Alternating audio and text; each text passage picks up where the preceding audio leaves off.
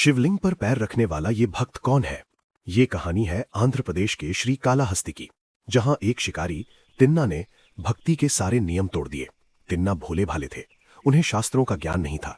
लेकिन एक दिन जब उन्होंने जंगल में एक शिवलिंग को देखा तो उन्हें लगा कि ये उनका भगवान है और ये अकेला भूखा है। तिन्ना ने उसी पल शिव को अपना भगवान मान लिया। वो दिन भर जंगल में शिकार करते और शिकार से लौटने के बाद रात के गहरे अंधेरे में शिवलिंग के पास आते थे। तिन्ना की भक्ति अनोखी थी। वो स्वर्णामुखी नदी से मुंह में पानी भरकर लाते थे और शिवलिंग को नहलाते थे और खाने के लिए खुद शिकार करके सबसे बढ़िया मांस अर्पित करते थे। मंदिर के पुजारी सुबह सुबह आते तो देखते शिवलिंग पर मांस के टुकड़े और जूठन पड़ी है। पुजारी कन्नप्पा की इस अपवित्र पूजा से बहुत दुखी थे और बार बार मंदिर साफ करते थे। उन्होंने दुखी होकर भगवान से गुहार लगाई कि ये घिनौना काम कौन कर रहा है।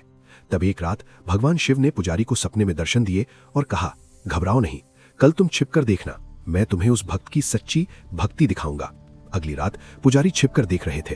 कन्नप्पा अपनी रोज की तरह पूजा करने आए। तभी शिवलिंग की दाईं आंख से अचानक खून बहना शुरू हो गया। कन्नप्पा घबरा गए।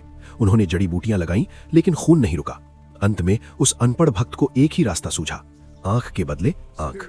बिना किसी दर्द या संकोच के उन्होंने अपना तीर लिया और अपनी दाईं आंख निकालकर शिवलिंग की आंख पर लगा दी। चमत्कार, खून तुरंत रुक गया।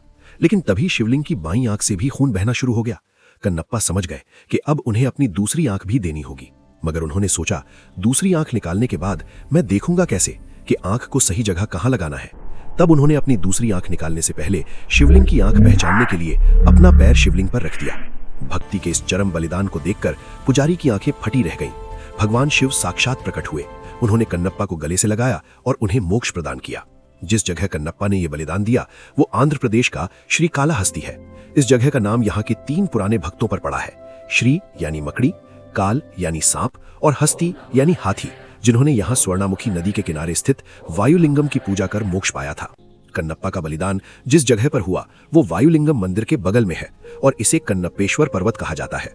यहीं कन्नप्पा ने अपना नेत्र अर्पित किया था। मंदिर तक पहुंचने के लिए लगभग 325 सीढ़ियां चढ़नी पड़ती है। ऊपर आपको भक्त कन्नप्पा का मंदिर मिलेगा और उसकी ठीक ऊपर भगवान गौरी शंकर की एक विशाल श्वेत प्रतिमा है। भक्त कन्नप्पा के इस बलिदान के लिए कमेंट में हर हर महादेव जरूर लिखें।